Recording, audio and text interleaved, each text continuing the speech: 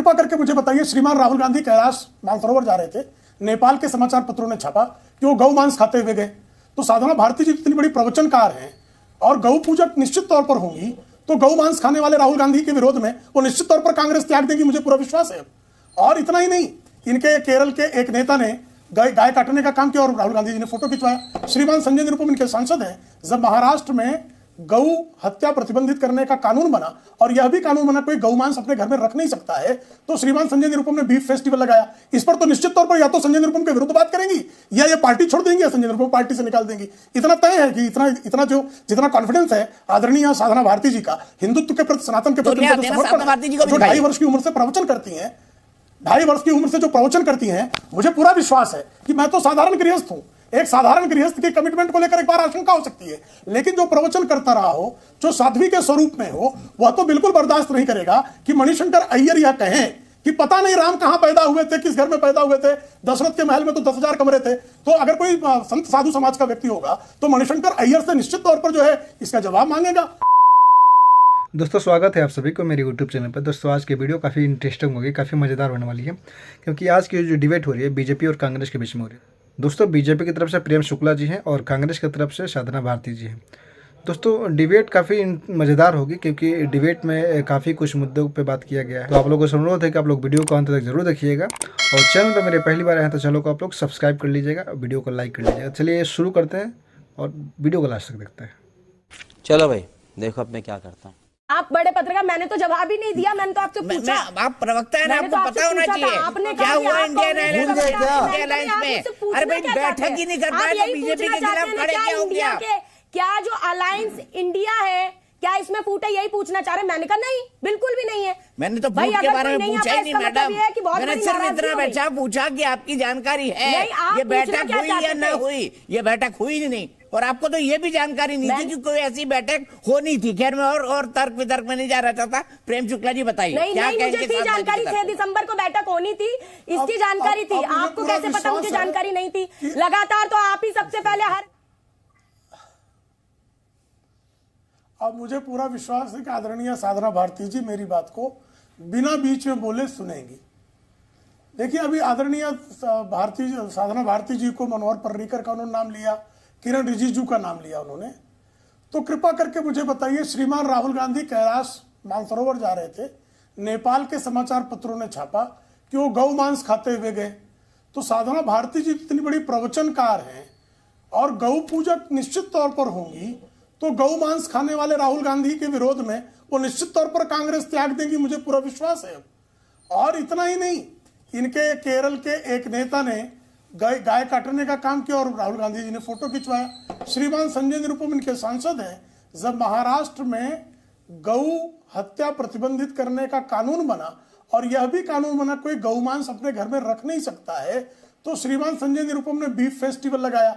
इस पर तो निश्चित तौर पर या तो संजय निरुपम के विरुद्ध बात करेंगी या ये पार्टी छोड़ देंगी या संजय निरुपम पार्टी से निकाल देंगी।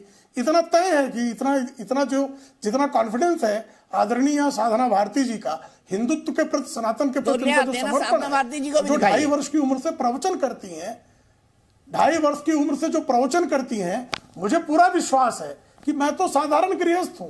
एक साधारण गृहस्थ की कमिटमेंट को लेकर एक बार आशंका हो सकती है, लेकिन जो प्रवचन करता रहा हो, जो साध्वी के स्वरूप में हो, वह तो बिल्कुल बर्दाश्त नहीं करेगा कि मणिशंकर अय्यर यह कहें कि पता नहीं राम कहां पैदा हुए थे, किस घर में पैदा हुए थे, दशरथ के महल में तो 10,000 कमरे थे।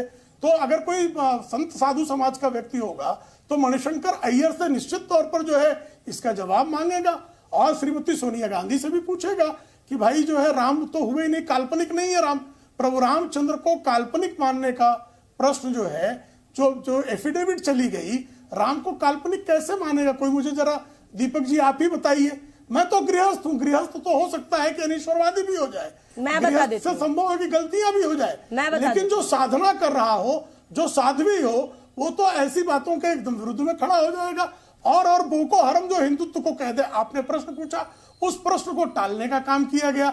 हिंदुत्व का बोको हरम है क्या? हिंदू और हिंदुत्व अलग अलग है, ये कोई मानेगा क्या?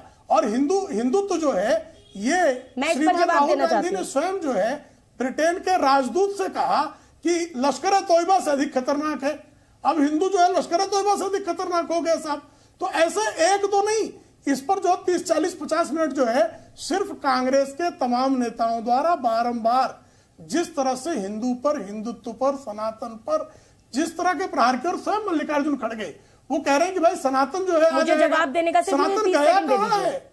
सनातन तो है ही है ना। सनातन जो है संस्था, सनातन जो है हजार वर्षों का धर्म है। वो सनातन आज नहीं है क्या? ये मानना है मल्लिकार्जुन खड़गे जी का। अगर सनातन नहीं है तो ये साधना भारती जी का जो ये गेरुआ वस्त्र जो है ये किसका प्रतीक है? इनके माथे पर जो उज्जवल टीका है ललाट पर, वो किसका प्रतीक है? ये सनातन का प्रतीक नहीं है क्या?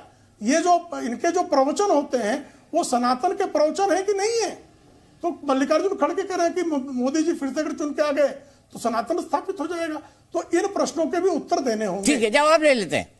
फिर मैं सुनील सिंह साहब के पास आऊंगा माफी के साथ। डॉक्टर साहब, तो मुझे 30 सेकंड दे दीजिए।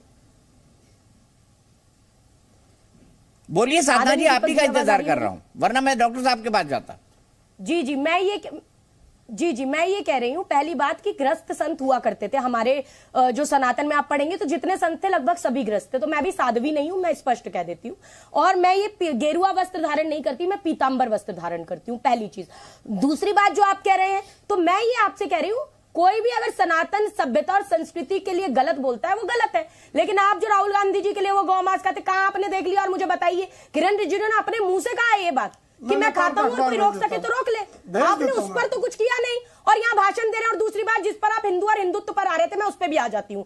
देखिए, राम से रामवादी होता है, रामत्ववादी नहीं होता। कृष्ण से कृष्णवादी होता है, कृष्णत्ववादी नहीं होता। गांधी से गांधीवादी होता है, गांधित्ववादी नहीं होता। वैसे ही हिंदू से हिंदूवादी हो सकता है, हिंदुत्ववादी नहीं हो सकता। और हिंदुत्ववादी कोई शब्द नहीं है, ये तो एक अलग से प्रजाति बना ली है, जो हिंसक है, जो गॉड से पूजक है, जो गॉड से वादी है, जो सावरकरवादी है, जो तोड़ने, काटने, बांटने की बात करती है सिर्फ सत्ता हथियाने के लिए। और यही वाली प्रजाति को हम कहते हैं हिंदुत्ववादी, जो आप में है, भाजपाइयों में। बाकी जो हिंदूवादी है ना, वो गांधीवादी है, वो तोड़ने, काटने, बांटने की बात नहीं करते। इतना मैं आपके जहन में ये स्पष्ट कर देना चाहती हूं कि हिंदूवादी और हिंदुत्ववादी में ये बहुत माइन सा अंतर है, जिसे आप समझाने का प्रयास नहीं करना चाहते। आपका कंक्लूडिंग कमेंट आपका होगा। प्रेम शुक्ला जी, मैं डॉक्टर सुनील सिंह के पास जाऊंगा। सुनील सिंह जी बड़े बड़े अरमानों के साथ नीतीश कुमार इंडिया बनाने निकले थे, अब तो बैठक ही नहीं हो पा रही है भाई। देखिए, मैं तो दोस्तों उम्मीद करते हैं कि आप लोगों को डिबेट काफ़ी अच्छा लगा होगा, काफ़ी आप लोग एंजॉय किए होंगे। तो आप लोग अपनी अपनी प्रतिक्रिया दें, कमेंट करके बताएं कि आप लोगों को डिबेट कैसा लगा। चैनल पे पहली बार आए हैं तो चैनल को सब्सक्राइब कर ले, वीडियो को लाइक कर ले।